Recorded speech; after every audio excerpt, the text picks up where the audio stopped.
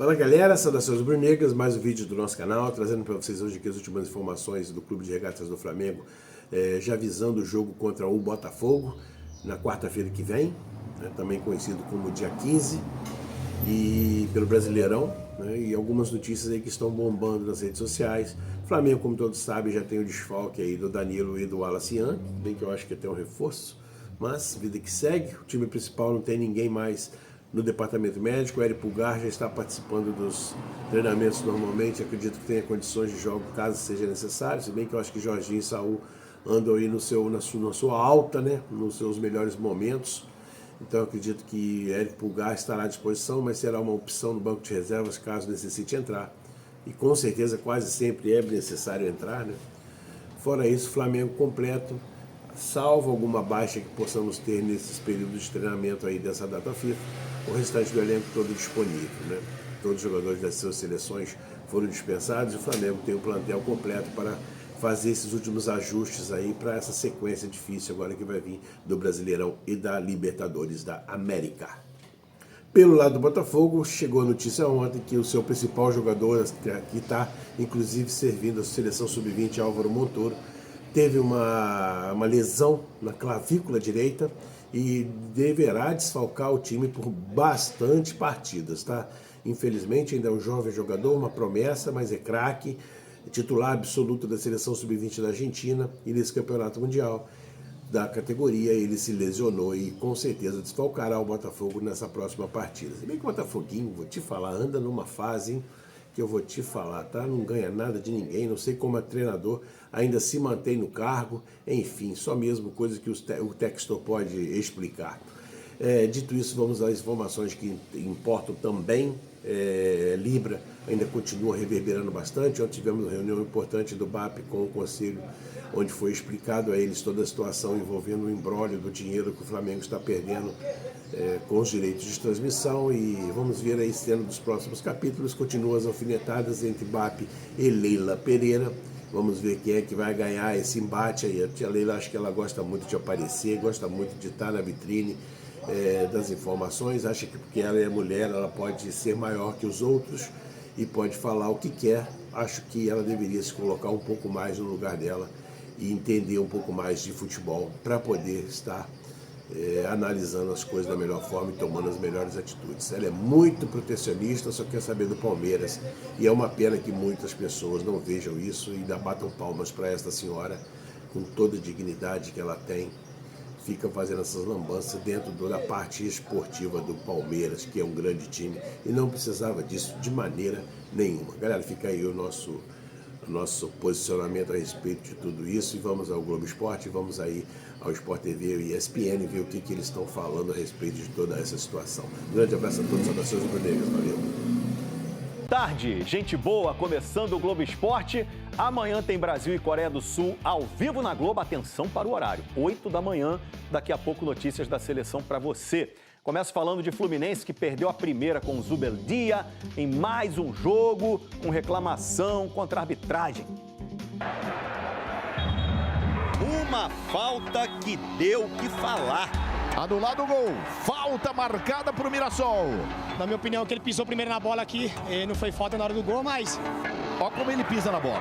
O árbitro viu o lance e mandou o lance seguir. O PC Oliveira viu falta clara. Estamos na bronca com a situação da arbitragem. Um vacilo no fim do jogo. Freitas erra, o Freitas erra de novo.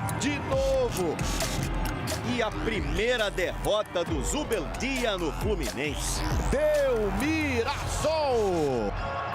Não gostei de como terminamos a partida. Nos últimos 10, 15 minutos, acho que poderíamos ter feito melhor. O final não foi legal mesmo não, hein? Mas o início contra o Mirassol estava promissor.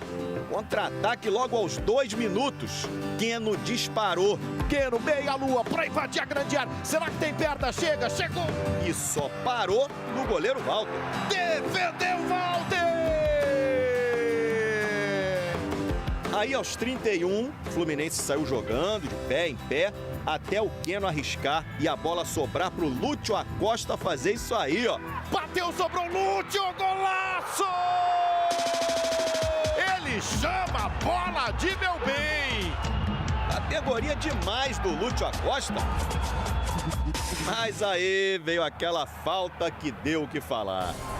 O VAR chamou o árbitro Rodrigo José para ver essa falta do Canóbio no Danielzinho lá no início da jogada.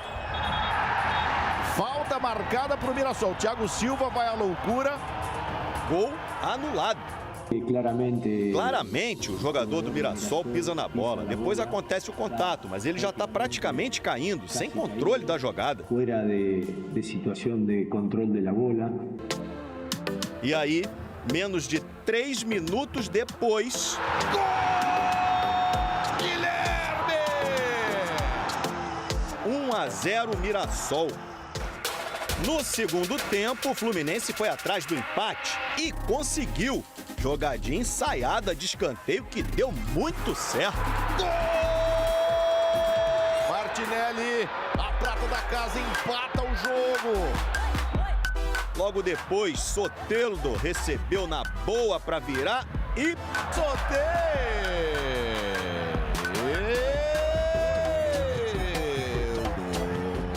A NFL te espera, Soteldo. Acertou um field goal. Lá dentro! O venezuelano ficou até sem graça aí. Sorrisinho amarelo. Igual o do Freitas. Errou o passe na saída de bola. Já eram 40 minutos do segundo tempo. E depois, na sequência do lance, o Freitas errou de novo. Carlos Eduardo acreditou, tocou pro Negueba. E num erro, né? O Freitas, eles se atrapalharam, porque o Thiago atinge sua bola, o Freitas pede passagem e na sequência acaba entregando a paçoca. Decretada a derrota do Fluminense, Mirassol 2-1. Lamentamos que saímos sem nenhum ponto. Isso é o que mais dói. Não tivemos mérito para ao menos empatar a partida. Pois é, e esses minutos finais aí estão machucando o Fluminense nessa temporada. O time levou mais um gol ali a partir dos 40 minutos do segundo tempo. Já são 12 jogos dando mole ali no finzinho do jogo. Tem que melhorar esse negócio. Vamos falar de Botafogo. Só volta a jogar quarta que vem, logo contra o Flamengo. Grande clássico no Nilton pelo Brasileirão. Era para ser uma semana tranquila, mas notícia ruim veio do Chile. Lucas de Sena não tem culpa de nada, ele é só o portador da notícia. Mas a notícia não é nada boa, hein, Lucas de Sena? Boa tarde, cara. Não gosto de ser o portador das más notícias, viu, Escobar? Mas é o caso. Boa tarde para você, para todos que nos acompanham. O Álvaro Montoro, meio argentino de 18 anos, ontem saiu ainda no primeiro tempo da vitória da seleção argentina sobre a Nigéria pelas oitavas de final da Copa do Mundo Sub-20. Foi para um hospital no Chile, onde está sendo disputada a competição, e teve diagnosticada uma fratura na clavícula direita. Ele ainda deve passar por novos exames para ter um diagnóstico completo e final, mas é grande a possibilidade de não atuar mais nessa temporada, já que o Botafogo jogos pela frente. Agora, são 24 jogadores que no Botafogo sofreram algum tipo de lesão só nesse ano. É um dado do Gato Mestre, do nosso GE. Globo. O técnico David Ancelotti tenta reajustar a equipe sem mais um titular. Ele até diminuiu o descanso dos atletas de 5 para 3 dias em comparação com a última data FIFA. O Botafogo se representou ontem, treinou hoje e o foco total é no clássico com o Flamengo na próxima quarta. Um abraço, Escobar, para todos os amigos e amigas. Lucas de Sena, ir atrás da notícia é o seu lema. Um abraço para você, meu irmão. Flamengo se reapresentou hoje no Ninho do Urubu com um papo sério. Duda Dal Ponte está lá no Ninho do Urubu. Tem informações pra gente. Que papo foi esse, Duda? Pois é, Escobar, muito boa tarde para você, para todo mundo que acompanha o Globo Esporte. O Wallace Yan vai ser multado por conta da expulsão no jogo de domingo contra o Bahia. Ele ficou só 10 minutos em campo e levou 2 cartões amarelos. O clube entendeu que foi um erro grave, então já informou ao jogador que ele vai ser multado. Mas ainda não teve uma reunião oficial com o diretor de futebol, José Boto. Hoje pela manhã, aqui no Ninho do Urubu, o Wallace Yan treinou normalmente. E a novidade nesse treino foi o retorno do volante Pulgar. Ele está fora há 3 meses, desde a lesão no pé direito, que ele passou por cirurgia, lesão lá na Copa do Mundo de Clubes. E hoje ele voltou a treinar com todo o grupo. pode ser que ele seja relacionado para o clássico de quarta contra o Botafogo. Mas como o gramado é sintético, isso pode pesar na decisão e aí o Pulgar pode voltar só lá no dia 19 contra o Palmeiras, jogo pelo Brasileiro importantíssimo no Maracanã. E antes de devolver para você, Escobar, deixa eu mostrar o que eu achei aqui no Ninho do Urubu. A Trionda, bola da Copa do Mundo de 2026, só que ó, no formato gigante. Eu só não rolo para você porque ela é pesada demais. Um abraço. Duda Dal Ponte batendo um bolão. Valeu, um abraço pra você aí, Duda. E o Vasco, hein? Também tem Brasileirão quarta que vem contra o Fortaleza ao vivo na Globo, depois de Vale Tudo. Quem sabe tudo de Vasco é Camila Barbieri. Boa tarde, Camila. Ei, Escobar, tudo bem? Boa tarde para você, para todo mundo que está com a gente. O Vasco, aí toda a delegação teve 2 dias de folga depois do confronto de domingo, a vitória, né? O triunfo em cima do Vitória. E aí voltou a treinar ontem. A boa notícia é que o Carlos Cuesta está recuperado de uma lesão na coxa, então deve ficar à disposição para o jogo da quarta que vem diante do Fortaleza. Ele é importante aí para esse sistema defensivo do Diniz, né? Ao lado do Robert Renan. Agora, lateral direito é uma questão, viu? Isso porque o Paulo Henrique está a serviço da seleção brasileira nos amistosos, né, dessa data FIFA. E o Puma Rodrigues está a serviço da seleção uruguaia. Então, se eles não voltarem a tempo ou não tiverem condições para esse jogo contra o Fortaleza, o Fernando Diniz tem como opção o Paulo Ricardo, não cantor, viu? Ele é o lateral direito de ofício da base aí do Vasco, ou também o Tietê ou até mesmo o Carlos Cuesta podem ser improvisados nesse lado aí, Escobar. Camila Barbieri, a repórter fora de série. Um abraço para você, Camila.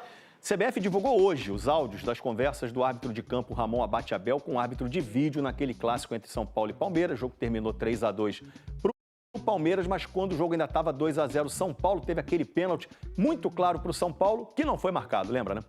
Atenção, pode seguir. Não, escorregou, escorregou. Jogador escorrega, os dois estão olhando pra bola. Pode ir. Ouvimos, tá, Ramon? Vamos checar agora. Ramon, é justamente isso que você narra, tá? Nós temos um jogador do Palmeiras que escorrega e esse contato com o atleta é acidental, é uma bola saindo da área, tá? E o jogador claramente do Palmeiras tem um escorregão, tá? E Ramon, ainda confirmo pra você que a bola não está para nenhum dos dois atletas, tá?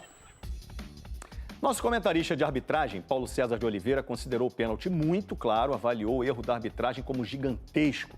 O árbitro central, Ramon Abate Abel, e o árbitro de vídeo, Hilbert Estevan da Silva, foram afastados pela CBF, vão receber treinamento de aperfeiçoamento. Além disso, a Procuradoria do Superior Tribunal de Justiça Desportiva denunciou os dois por deixarem de observar as regras da modalidade. Teve um outro jogo atrasado do Brasileirão, Atlético Mineiro e Sport. Vou mostrar os gols para você. Esse jogo foi em Belo Horizonte, na Casa do Galo. Vitor Hugo fez 1-0, Atlético em cima do Sport. Sport de amarelo. Na sequência, a bola vai sobrar para o Arana de pé direito, ó. E ele fez 2-0. Ligação direta. Biel, que jogou no Fluminense, recebeu, ó, do lado dele o Rony, ele viu. 3-0 Galo. E depois o Derek Lacerda chuta, a bola bate na mão do Juan, pênalti para o Sport. Ele mesmo bate, termina assim 3-1. Ó, 19 seleções já garantiram vaga para a Copa do Mundo do ano que vem. A mais nova a garantir presença é o Egito, do craque Salah. Craque também faz gol de bico. Olha aí o Salah. Recebeu na cara do gol e meteu um bicão para fazer o segundo do Egito contra Djibouti. Velho biquinho, né? É típico daqueles gols que eu fazia. Antes, Ibrahim Adel tinha aberto o placar e o Salah fez gol bonito também, claro. Pegou de primeira, fez o segundo dele no jogo. Egito 3-0, classificadíssimo para a Copa. Quem poderia ter garantido vaga é Cabo Verde. Não fosse um erro inacreditável da arbitragem nos acréscimos. O pessoal da Rádio Televisão Cabo-Verdiana gostou não. A 2 minutos do fim, o lance mais escandaloso do jogo. O senhor Ali Ismail descobre um fora de jogo neste lance de contra-ataque. Cabo Verde é prejudicado, Cabo Verde é roubado neste lance. Cabo Verde é um pequeno arquipélago ali no noroeste da África. Só 600 mil habitantes. E eles falam português. Os Tubarões Azuis, apelido da seleção de lá, nunca jogaram uma Copa. Só precisavam vencer a Líbia para se classificar. Mas saíram atrás com um gol contra do Roberto Lopes. Telmo Arcanjo empatou de cabeça. El Maremi fez o segundo da Líbia. Al-Shawi soltou uma bomba e fez o terceiro. Mas agora para tudo. Olha o frango que o goleirão Murad da Líbia tomou. Que é isso, hein, Murad? Cabo Verde empatou com Semedo 3-3. Se fizesse mais um, estava classificado para a Copa. Mas aí veio aquele impedimento polêmico. Cabo Verde é roubado neste lance. Mas os Tubarões Azuis ainda podem se garantir na Copa. Basta vencer em casa na última rodada contra Eswatini, seleção última colocada do grupo. Força Cabo Verde! Força Cabo Verde! Força Cabo Verde! Vai chegar lá. Depois do intervalo, escalação da seleção contra a Coreia do Sul. O jogo é amanhã. Que é outro tema pertinente e que envolve aí os clubes. Aquilo que a gente comentou no início do programa, né? Cada um pensa no seu, no quesito dinheiro, direitos televisivos, levar vantagem. E a arbitragem é a mesma coisa, cada um pensa no seu. E agora saiu mais uma informação de bastidor, porque cartolas do São Paulo acreditam que a postura do árbitro Ramon Abate Abel levou o VAR a erro no clássico Choque Rei. Dirigentes do São Paulo, acabei de receber aqui, tiveram acesso aos áudios da partida contra o Palmeiras e relatam que Ramon Abate Abel foi incisivo nas suas argumentações, o que pode ter influenciado o árbitro de vídeo. A diretoria do São Paulo acredita que a postura de Ramon possa ter levado os membros da cabine do VAR a um erro em momentos decisivos do clássico do último domingo contra o Palmeiras. De acordo com relatos de dirigentes que ouviram as conversas entre os membros da equipe de arbitragem, Ramon Abate Abel foi muito incisivo em sua opinião sobre as decisões que teve em campo nos lances mais polêmicos do jogo. Essa postura, no entendimento dessas pessoas, pode ter influenciado o VAR e o Bertistevão da Silva a chancelar a visão do árbitro principal, mesmo com a imagem mostrando o contrário. Cartolas do São Paulo participaram de uma reunião virtual com a cúpula da Comissão Nacional de Arbitragem na segunda-feira. E nesse encontro puderam ouvir parte da comunicação entre Abate Abel e Estevão da Silva. Um dos momentos que gerou mais reclamação foi o lance do pênalti. Foi o lance do pênalti em que o Alan do Palmeiras derrubou o Tapia dentro da área. O relato é de que Ramon Abate Abel foi conclusivo ao detalhar. Escorregão, não tem bola em disputa, afirmou o árbitro logo após o lance, segundo os relatos. Os membros do VAR, então, depois de alguma discussão sobre o lance, decidem que a decisão de campo é soberana e não recomendam a revisão do pênalti para o São Paulo. Uma postura que foi criticada pelo tricolor nessa reunião. A Comissão Nacional de Arbitragem teria concordado que houve erro, por isso o afastamento dos profissionais para um período de reciclagem. E o mesmo aconteceu no lance em que o tricolor pediu a expulsão de Andréas Pereira pela entrada no Marcos Antônio. Neste caso, o árbitro da partida aplicou o cartão amarelo, explicou sua decisão e também não foi chamado ao VAR. O São Paulo ainda pede que os áudios relacionados aos 5 lances sejam divulgados ao público. A CBF diz que busca o aval da FIFA para fazer isso, já que eles não atendem ao protocolo que permite a publicação das conversas. O São Paulo acredita que a CBF terá o bom senso de não mais colocar o Ramon Abate Abel para apitar os seus jogos, embora não exista esse veto ao nome do árbitro. Então está aqui, importante até trazer a informação completa sobre a arbitragem. O São Paulo tem o direito de reclamar porque realmente foi um pênalti não marcado e o São Paulo tem reclamado e a opinião aí, acho que eu não ouvi ninguém assim, com exceção do Abel Ferreira, que disse que não foi pênalti, né? Então, ficou claro ali para todo mundo que foi pênalti, que houve um erro, mas a conduta do árbitro aí, no que você leu, dele assumir a decisão para ele e o VAR manter a decisão de campo, ela não é irregular. Irregular ela não é. Para mim, um erro claro de arbitragem, mas quem tem a palavra final é o árbitro do campo. O VAR, ele pode sugerir ou não uma revisão, mas assim, o VAR pode sugerir, por exemplo, e ele falar, não, eu vi bem o que aconteceu, obrigado, vou manter a minha decisão. Ele pode fazer isso. Então, irregular não é. O árbitro de campo assumir a marcação para ele pode fazer isso, mas foi um erro de arbitragem, foi Foi um erro feio. O pênalti aconteceu, foi um pênalti claro, para mim até bem claro, mas irregular essa postura do árbitro de campo tomar a decisão, ela não é, ele pode fazer isso. O Vampeta está aí, Abel, e embora não exista oficialmente um veto da CBF, o São Paulo saiu dessa reunião com a Comissão Nacional de Arbitragem convencido de que o Ramon Abate-Abel não vai mais apitar jogos do São Paulo. Paulo César, quero te ouvir também sobre esse assunto, a arbitragem do Choque Rei, que continua dando o que falar, e agora essas informações trazidas aí por quem participou dessa reunião entre São Paulo, CBF e Comissão Nacional de Arbitragem. Na verdade, assim, eu acho que o que pode resolver o problema da arbitragem é a mudança de mentalidade. Quem está à frente da arbitragem pensa no futebol como é isso aí. Aliás, se o Kaique puder mostrar no meu blog lá no UOL, Kaique, eu fiz um levantamento que publiquei hoje eu peguei 10 ligas na Europa, incluindo a Rússia, tá? E o Campeonato Brasileiro. Os campeonatos do ano passado, temporada passada, e esse Brasileirão que já está além da metade. E peguei os árbitros com pelo menos 14 jogos apitados em cada campeonato, que mais faltas marcaram nos seus respectivos campeonatos. O campeão de faltas aqui no Brasil, ele é disparado o campeão de faltas, em relação aos outros. Aí você compara assim, com o que mais faltas marca na Holanda, ele marca 12, alguma coisa, faltas a menos em relação ao que mais marca. Gente, 12 faltas a mais em média num jogo é coisa pra caramba. Então eu estou comparando, olha lá, o Alex Gomes Stefano, ele marca 35 faltas por jogo.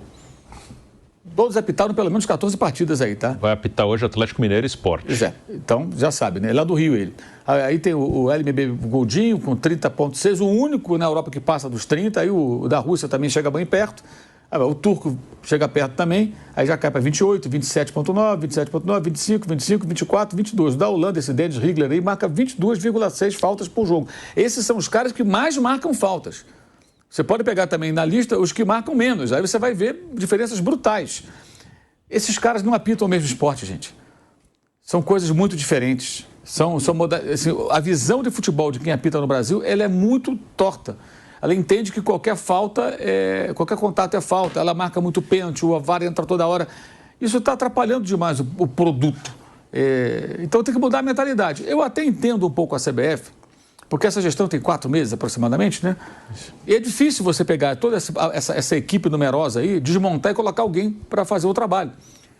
O que eu, sinceramente, espero e torço é que o presidente novo da CBF esteja, nesse momento, planejando as mudanças necessárias, pelo menos para o ano que vem. Talvez tenha que empurrar com a barriga até esse ano, literalmente empurrar com a barriga, com essa turma que está lá, e para o ano que vem ele vai montar a equipe dele, que essa turma herdou do Edinaldo.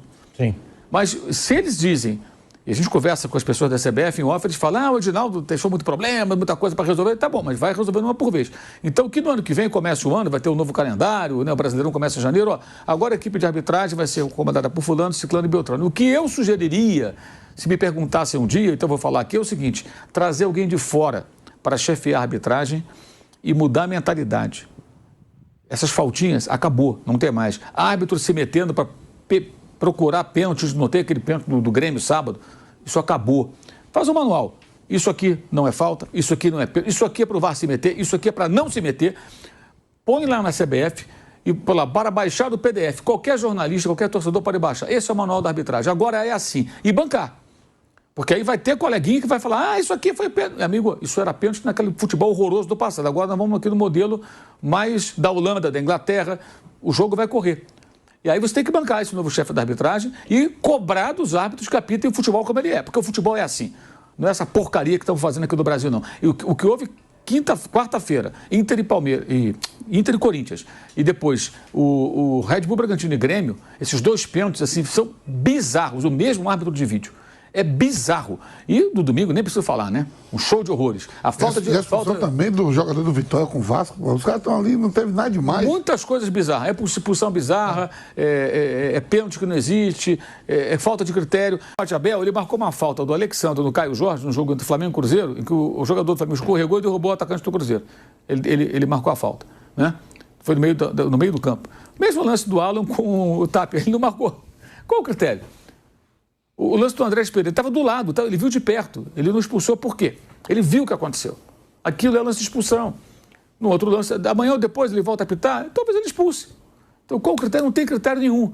Então tem que vir alguém de fora, na minha visão, que mude completamente essa visão do que é, e aí a CBF tem que bancar. Enquanto não fizer isso, aí troca. O CNM era melhor do que o Sintra? Era, mas também não era bom.